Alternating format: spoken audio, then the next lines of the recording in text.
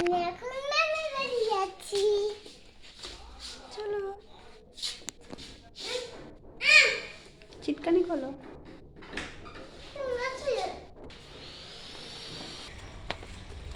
কোথায় রাখি কোথায় রাখি কোথায় রাখি?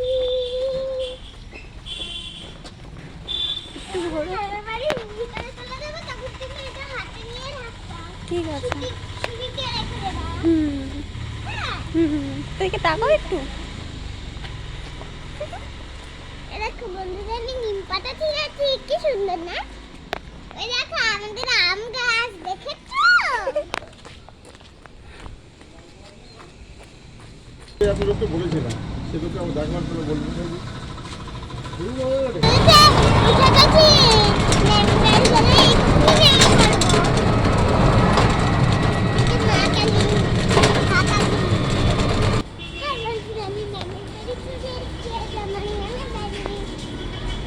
চলো